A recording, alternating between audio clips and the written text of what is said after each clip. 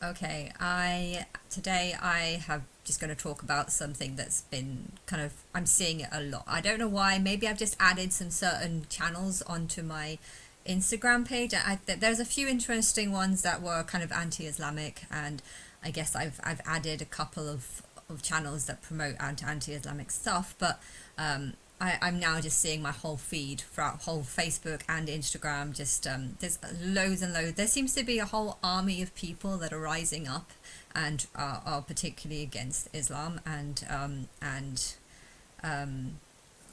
just Islamic in general, and immigrants as well, illegal immigrants across the border on boats and stuff. And I'm so in favor of supporting this because, I've always hated Islam, but I've always just like been feeling like I shouldn't really say much or say anything because I think I don't know. There are people that have rejected me. There are people that have chosen a different religion, but at the same time, I know that my life would be in danger if I start speaking up against it. I also know that, I guess, as a masseuse who was working as a masseuse for a very long time, I know that I couldn't have said much because a lot of my clients are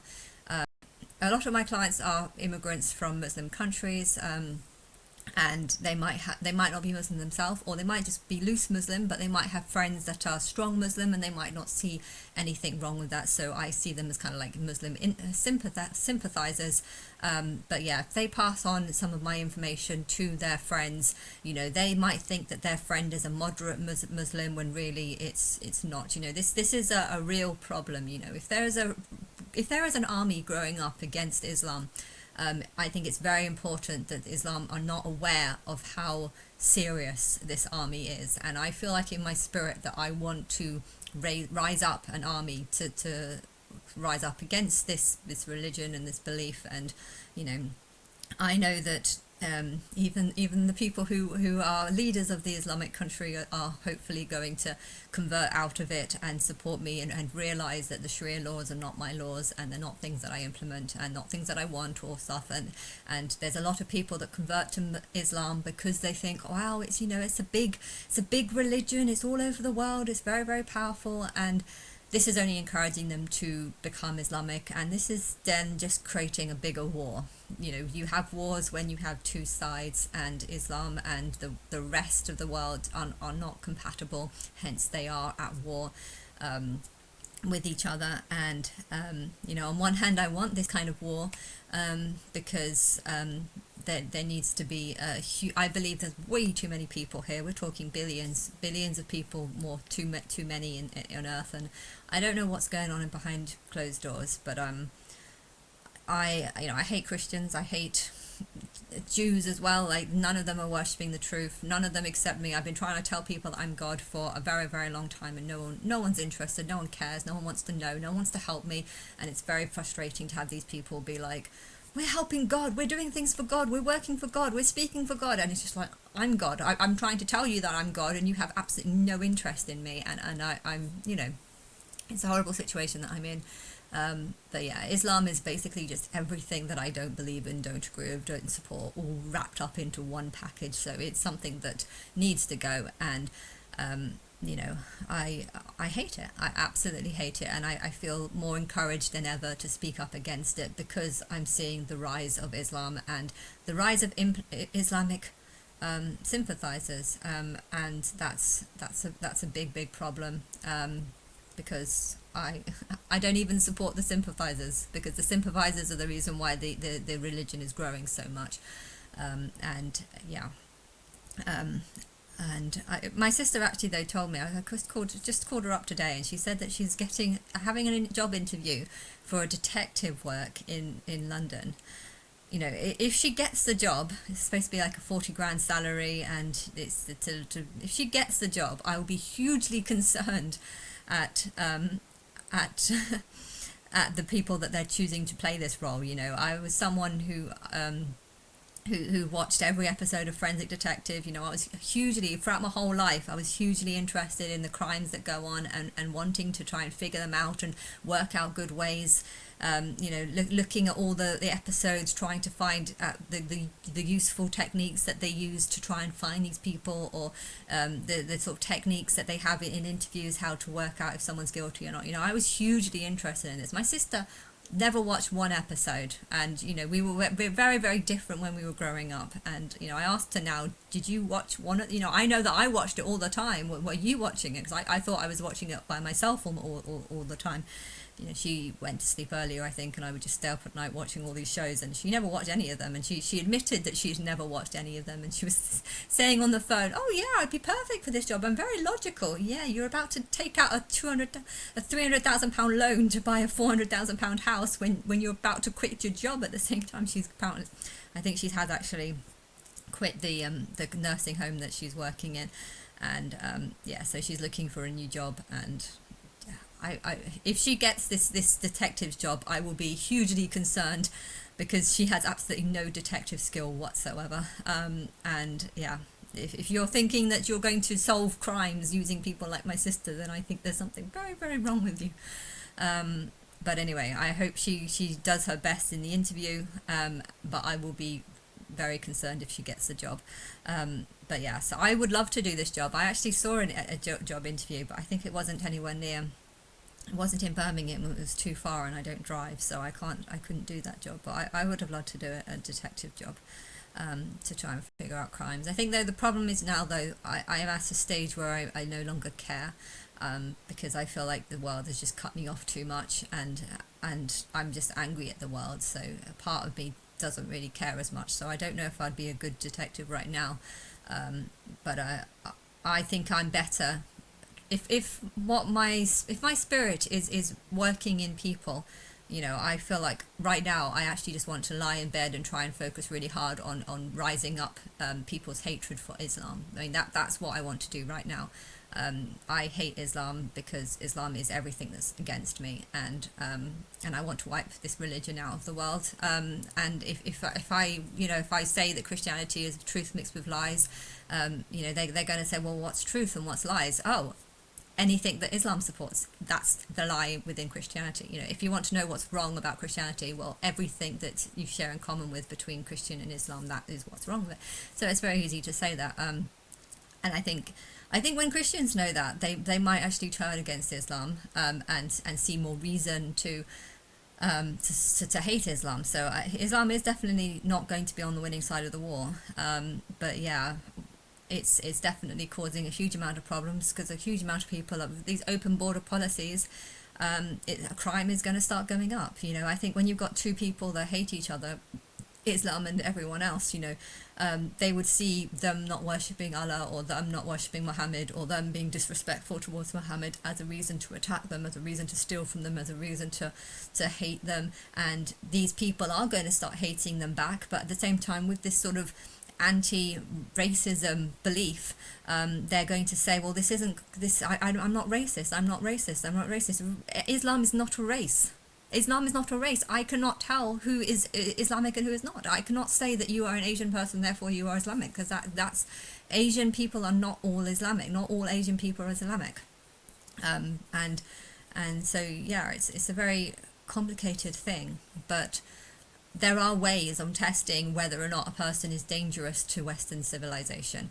And my sister actually gave me a point there, because she said that she's got this interview for this detectives agency, and they are giving her a list of questions, and that actually just inspired me to say, you know what, that's exactly what you need to do. When illegal immigrants or immigrants come to this country, a lot of them do want to get into the police force. They want to get up into high authority roles. They want to get into roles or authority, types of authority where they get power over others, where they get to make decisions. There's a lot of Muslim mayors. I don't know if they're actual Muslim, or if they're, when it comes to Muslims, I want to say I hate them because I hate the Islam religion, But at the same time, I know that there are a lot of Muslims who are Muslims because maybe their parents are Muslim, and they might feel like they've got an uncle back in the country, in in the Islamic country, that might come over here and murder them or beat them up if they don't call themselves Muslim.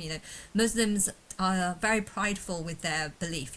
I'm a Muslim. That means something. We're Muslim Brotherhood. We're together. And I think in prisons as well. I was listening to that chat that I had a couple of days ago. I was going to talk about it in the evening, but after that 1 hour client that I had, I was just exhausted. Couldn't. That guy who gave me the cake was actually from Pakistan, and I know I need to be careful what I say, because he probably is watching these videos, and I don't hate him in any way. I like him, but there's good immigrants and bad immigrants, and I know that I need to be careful, because there might be some people who are from Islamic countries, and okay, they might not be Islamic themselves, but they might have friends that are over there, and they might think that their friends are fine and safe, and then they might tell them about me. Oh, there's this girl who hates Islam. What do you think of this? She believes she's God. And they might actually think, what, this might be someone we should kill, because she's promoting that Islam is dangerous and violent and aggressive, and they've got all these wrong principles and stuff, and she's calling herself Allah. My God, let's kill her. I know that there's a lot of people that might think that, so I know that I need to be careful on who I say, because these people might think that their Islamic friends are all nice, okay people, when really they don't. Really, they're planning on what was that guy did that sort of video clip of someone putting gunpowder inside some sort of oven cooker in a nursing home with the hopes of just blowing up the nurses. I mean, that's absolutely terrible, and he looked like a completely normal guy. I wouldn't even say if he was Islamic or not. You couldn't tell that he was Islamic. He wore normal clothes like everyone else, and I'm against Islam. I'm not against Asians. The difference, big difference. But for you to be able to tell the difference, you need to be able to do some sort of test. Now, I'm thinking of different ways of which you can do a test. One is to say, hey, we can give you a visa. Just come in here. Just tell us, what relations you have in this country. How many people are aware here. And then when you got that information, you call them up and you say, hey, do you want this guy to come and live with you? Can you give me a backstory on what he's like? If you find out that these people actually don't like this guy, and that they don't want this guy to live with them because he's going to steal from them, well, that's a telling sign that this is a dangerous guy, or someone that's shouldn't be in the country. If you steal from your friends or steal from the people you're claiming to help you, oh yeah, I have friends, I have family in this country, but I can't live with them because they think I'm going to steal from them, because I probably am going to steal from them. If you're willing to steal from your own family, you're probably willing to steal from the random shop down the road too. So you don't want these people in, but yeah, if they have family connections, and if these family connections are genuine, then if they do go missing, these family members might start noticing. So I think you need to do some sort of background research into who they know here. If their only friend is the guy that they met on the boat over here, then that's very different. And if both go missing, well, again, that's you need to do some sort of test to find out what they believe. And I think asking things, do you think people should do you think Islam has a right to kill anyone who draws a picture of Muhammad, or anyone who insults Muhammad, or anyone who insults Islam? You can even get like someone who looks Muslim, who's posing up as a Muslim person. You can even get them to say, what, we're just doing studies for this student test or whatever. But another thing you could do, so you could have the test, and there's lots of different ways you can do it. Build up their trust, give them hotels, free money, free phone or whatever, and then because if you're giving someone a free hotel, you know where they're going to be at night. Now, when they're asleep at night, that's when they're most vulnerable, because they're asleep and they can't defend themselves. And if you know that they're a danger to society, and that they're only here to support Sharia law and hope to try and conquer the Western world using Sharia law. If you secretly know this truth, and you also know where they sleep at night, then suddenly killing them becomes like such an easy thing.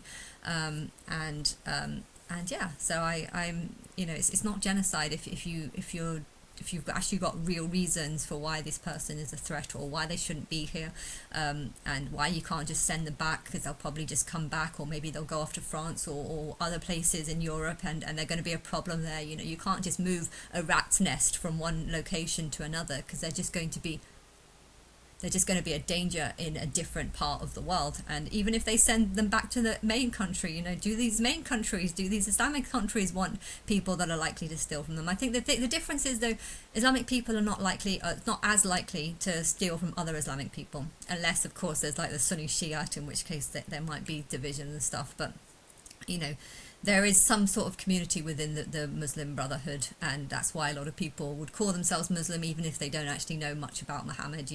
There are some people who don't believe that Muhammad did marry a child. When it comes to the Muhammad, I actually see him as a character, a fictional character that has lots of stories about him, and just like Jesus, a fictional character has lots of stories about him. Okay, yes, there was a guy that brought up this character who's supposed to be a real person, and in Jesus's case, A.J. Miller was that, and there's the difference between the truth and then all these sort of stories. Now, I think if you want to test someone, you have to kind of test them about what they think is true about Muhammad, and if they support him. Because if they do generally think that Muhammad killed a whole bunch of people, got them to pull down their pants, and then he killed anyone that had pubic hair, this is 14-year-olds. If you think he lined up a whole bunch of people, got them to pull their pants to see if they'd reached puberty, and if they had reached puberty, he would chop their heads off, and then he married the Sophia, who, after killing her parents, married her on that night and raped her basically on that night. If you want to support this guy, that's terrible. But if you don't think this story is true, and if you think this story is just made up, and that Muhammad was actually just a nice, calm Islamic person, then I feel like how you see Muhammad is actually a reflection on how you see yourself. Just in the same way Jesus is, how you see Jesus is often how you want to be. I see Jesus as a perfect man. He was calm, he liked his neighbors, he didn't kill anyone, he didn't hurt anyone. If that's your Jesus figure, I feel like the reason why you've chosen to believe that in that specific version of Jesus is because you want to be like that. And if you've chosen a decent version of Jesus, then maybe you're not a bad person. But if you've chosen a negative version, if you think that he generally thought that I don't know what's really corrupted about it. If you generally thought that he made people bow down to him because he called a woman a dog or something. I don't know. I can't remember. But he did things wrong. Okay, he did things wrong. And if you believe that he's going to come back and murder all the non-Christians and just save the Christians, that's one belief that I don't necessarily think he promoted, but in the Bible it indicates that he's going to come back, kill all the non-believers in him, and then take the believers off to heaven. If you believe that, then I feel like then you're actually just wanting to save yourself, and you don't really care about others. But if you don't really believe that part, if you don't think Jesus is going to come back, and there's different varieties, but Christianity is it's good and bad, but it's mild. But your version of Muhammad is a reflection on yourself. And if you believe that Muhammad did go off to lots of wars, did marry a 6-year-old and have sex with her when she's 9, if you believe all this about him, and you still want to support him, and you still think that you deserve to be killed for insulting him, then I think that shows a sort of evilness inside you, that you have chosen the opposite side, the opposite side of the war, and something bad's about to happen, and deserves to happen to you for believing this. And my sister, though, having this job interview where she said that she's being expected to ask like 100 questions or lots of questions to get this job. If you've got loads of immigrants coming over, and you want to build up their trust to take this test, that is probably the best way of doing it. Offer them a job. The thing that all these immigrants want is a job. They want to come to this country, they want to work, so you can use that. And they want to work in high authority roles with good paying jobs. So you offer this high £40,000 salary. And say we're taking on lots of newbies. And really, I'm concerned if you want to have lots of newbies who haven't watched hundreds of episodes of Forensic Detectives and haven't actually been interested. My sister doesn't even care about other people, so if she got the job, I would be really, really concerned. She thinks she's perfect for the job, and I'm just like, yeah, you don't even care enough about your own children, let alone the society or anything. She's so wrong for the job. Seriously, she only cares about herself. So her being in a sort of detective's role is just so terrible, because the only thing she's going to be caring about at the end of the day is just having her job, just getting the job. So yeah, she's so wrong for it. But if you were to entice all these refugees or whatever to come and have this interview, get them to do some sort of form just to sort of ask them about their background and you know, questions about their religion and stuff, you know, that might be a way of testing people to find out what they believe, whose side they're on. And you know, when it comes to Christianity, I know there's lots of different varieties, but you're all kind of on the same side. When it comes to Islam though, Islam and the rest are not on the same side. This is two different sides, two different spirits. One spirit of lies and one spirit of truth. And yet there's the people that support Islam generally think this is they will read the Quran and they will know that this is the truth. No, it's not though. It's not. And yeah, but if you offer them a job and then find out who's on the wrong side. And I went on a walk with someone from Latvia. He's from. I wanted to go 2 weeks ago, and we'd had like, it basically poured down on the day we were supposed to go. It was pouring down with rain, so we had to cancel. And he was like, "Oh, it's England. It rains every single day." And I'm just like, no, we've just had like 2 months of no rain whatsoever, and 2 massive heat waves, and still no rain. My grass is all drying up and dying because of no rain. And he was trying to make out that this wasn't. I was like, no, I think this is the spirit saying that me and you are not supposed to go on a walk today. And then, because he's only free in the weekends, and then we were going to go on a walk for this last weekend, and again it was kind of rainy, but it wasn't like proper rain, but it was spit rain. I was seeing if he would ask me again, and he didn't ask me again until the day that, and it was raining in the morning, and he said, you know, I would have thought, well, maybe we should go a bit later, but it's still raining. And after we made that call, it did actually stop, and it was fine for the rest of the day. So it wasn't actually as bad as what the weather forecast made out. But yeah, the same thing happened on yesterday. It was supposed to be raining all day, but we were just like, right, this is the 3rd time in a row this has happened, and we are going to just go, even if it's raining. We'll just take waterproof stuff. But we were going to go either way, and we did go on a nice walk. It was a nice deer park, about an hour away, although there was one point where he was driving really, really fast on the road, and it was a very small road, and I was a bit concerned. But anyway, it was okay. I'm still alive. But yes, he's a nice guy, you know. I find it a little bit strange how he's on my Facebook and he's seeing all my posts, and yet he doesn't seem to have any clue that I said that the Illuminati know a secret about me. And he kind of indicated, that you're a prostitute. They think you're a prostitute. No, they think I'm God. How can you not know that? How can you see all the stuff on my Facebook page and not know that I think I'm God or Christ? I haven't really spoken to I haven't spoken to him about my religion. I kind of touched on it, but yes, if he hasn't had a clue about what my religion is, then I played it down like maybe I'm just crazy, but I know that I'm not. But at the same time, I also know that there's something inside of him that makes him forget anything I say in regards to my religion, because I'm pretty sure I said something along these lines, but some people don't want to know, and I don't see the point. I don't see why he should know. Like, I don't see the benefit of him knowing what my belief is. But he's a nice guy. It's not going to turn into a relationship, but I do like having walks with him. I think he might be a little bit disappointed when he knows that I'm not interested in a relationship at all, but anyway, I wish that I had support from males who knew what my religion is and believed me. I wish that I had that support. You know, it's nice holding hands with him, but it because he doesn't know or doesn't believe that I'm Christ or God. It almost feels kind of cold, because it's like he doesn't know who I am, and if I told him who I am, he wouldn't believe me.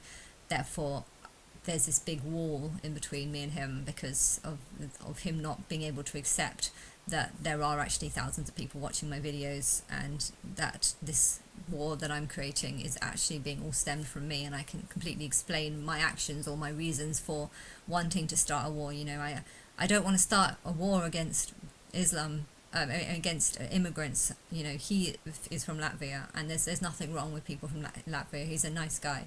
And this other client that gave me the cake was from Pakistan. You know, he's a nice guy. And thing is, though, I feel like if I get rid of dangerous immigrants, I'd actually be helping people like them. You know, he's ran away from Pakistan because of a problem, and I don't really know what. He hasn't really talked about it, but he's very, very quiet, and I feel like something happened and he ran away because of being attacked on the streets and not feeling safe there. So he's run away from these people to find safety in England. And now a lot of these people are just pretending to be decent people and are getting into the country through open borders. And, you know, this problem is going to be a problem for him. It's going to be a problem for the Latvia guy. It's going to be a problem for everyone, because no one wants to live in a world that's unsafe. You know, he left these countries because they're unsafe, and they don't look after their people. And so the idea that the people who make it unsafe are just coming into the country and posing up as decent, normal people, when really they're violent and they've got wrong ideologies, and they're willing to die or kill for a guy who was just a warlord. You know, this is a problem. This is a problem for everyone. It's a problem for the good refugees that are coming here for safety, because they're not going to get their safety here. They're not going to get their nice country here. And so, you know, I am not against. I'm not against immigration. I'm not against refugees. I see if there's a reason why you've left the country, and it's a genuine reason of fear of dangerous people, then good. I'm glad you're here. But if you're one of the dangerous people and you're just pretending to be one of these safety people because you actually just want to come and attack the people that hey, all the people I want to beat up are leaving this country, so let's go and follow them, and pretend to be one of them. Oh, I'm escaping from help, when really you're actually going there because you kind of want to make Islam everywhere around the world. Islam says that Islam is going to conquer the world. We just need to get rid of Israel. Yeah, they'll get rid of me, and then they'll come for everyone else. You know, that's I'm Israel. That's how it is, and they're going to destroy the world with their fake religion and fake God, and